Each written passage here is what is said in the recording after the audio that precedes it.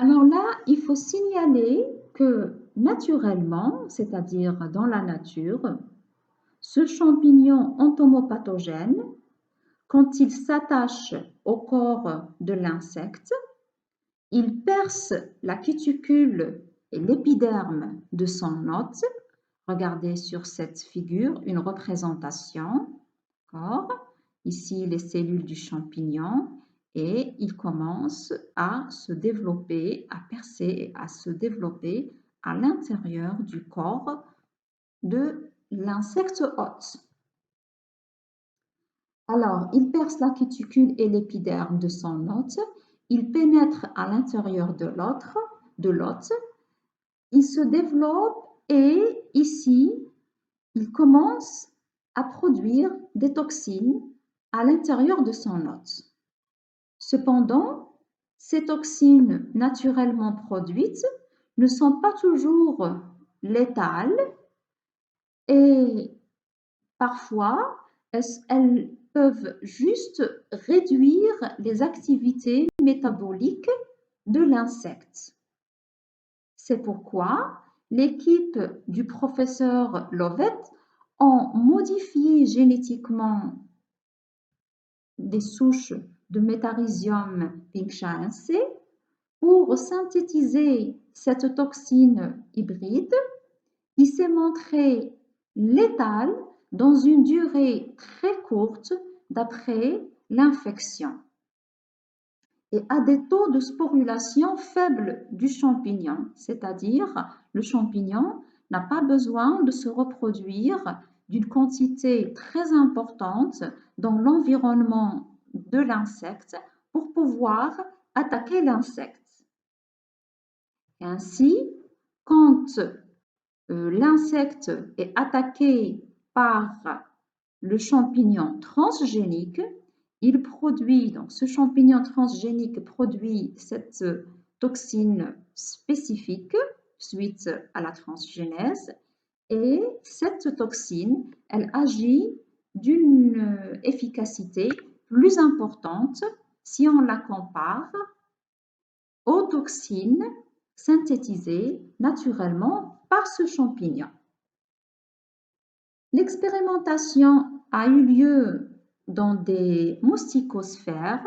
Regardez ici, ça vous rappelle les cerfs, mais en réalité, c'est des mousticosphères. Alors, composées ici, par exemple, de 3 loges pour l'expérimentation. Pourquoi? Parce que dans chaque loge, il y a un protocole particulier. Alors, par exemple, dans la première loge, des tissus noirs, regardez sur cette figure, ils sont en train de préparer des tissus noirs.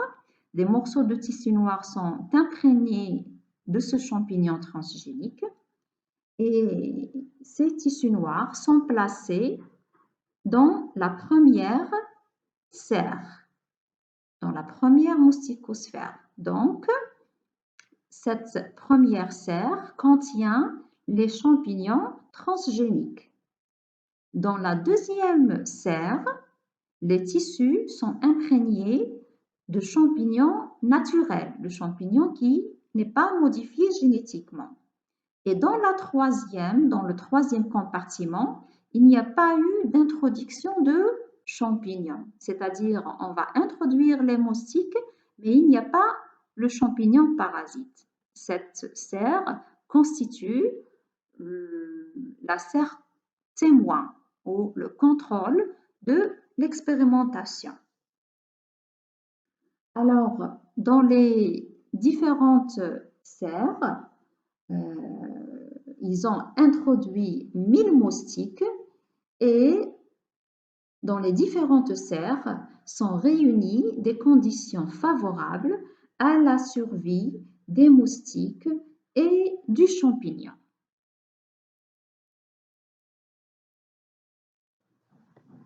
On va voir maintenant les résultats de cette étude. Alors, regardez ici sur cette figure. Elle vous montre le pourcentage de survie des moustiques. Alors, les moustiques infectés par le champignon transgénique sont morts au bout de 5 jours, alors que ceux infectés par le champignon naturel sont morts en 9 jours de moyenne.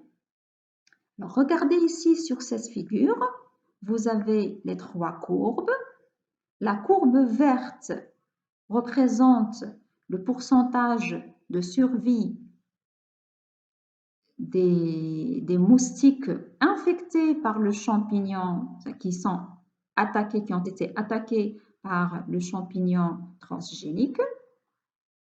La courbe rouge ici, elle représente le taux de survie des insectes qui ont été attaqués par le champignon naturel.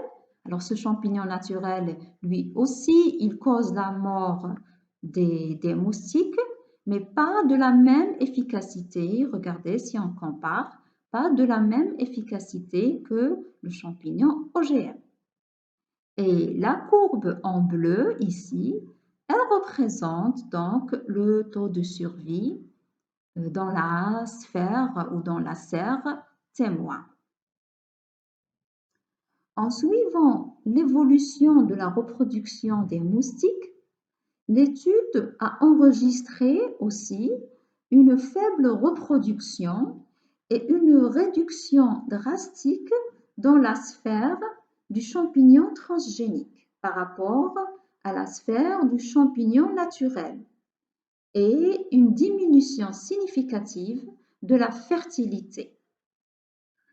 Alors, regardez dans cette figure, vous avez l'histogramme ici de la serre contrôle.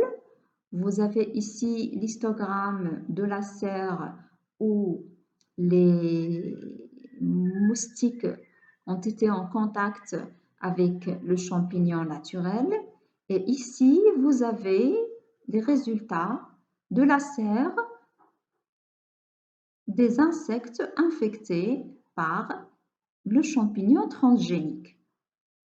Alors, et regardez ici le nombre moyen des œufs en rouge, des larves en orange, des pupes et des adultes, c'est-à-dire ils ont suivi l'évolution de cette population qui se trouve à l'intérieur de la serre. Alors, vous voyez ici, qu'est-ce qu'on peut observer clairement? La réduction par rapport au contrôle et par rapport à la serre au contact du champignon naturel, la réduction du nombre moyen des œufs, des larves, des pulpes et des adultes d'insectes. Donc cette figure, elle vous montre l'effet de ce champignon sur la fécondité et sur le développement des insectes. À la fin de cette présentation, il y a lieu de signaler que ce champignon transgénique est encore sous investigation. Tous les essais n'ont été réalisés qu'à l'intérieur de la mousticosphère, c'est-à-dire uniquement à l'intérieur des serres que nous avons vues sur les figures précédentes.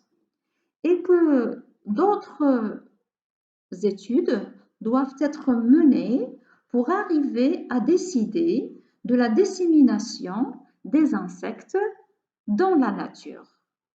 Parce qu'on doit prendre en considération certains points que nous allons voir dans le chapitre de l'impact des OGM sur la santé humaine et sur l'écosystème. Donc pour le moment, cette étude est encore sous investigation. L'insecte n'est pas relâché dans la nature.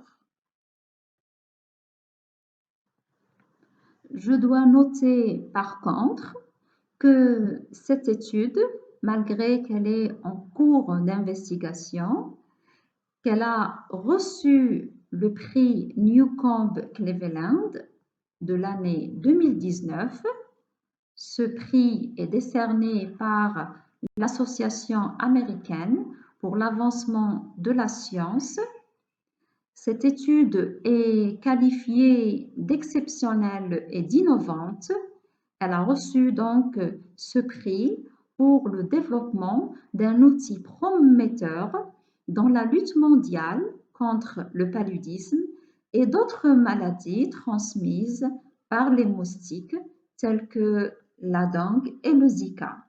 C'est-à-dire, d'autres études peuvent être effectuées sur d'autres champignons ou d'autres bactéries pour justement pouvoir transférer un gène qui code pour la synthèse d'une protéine mortelle pour lutter contre les vecteurs du paludisme.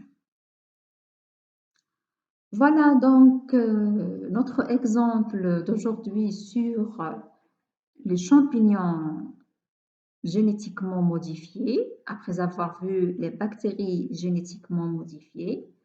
Et nous allons voir prochainement aussi un exemple sur les animaux génétiquement modifiés et les végétaux génétiquement modifiés.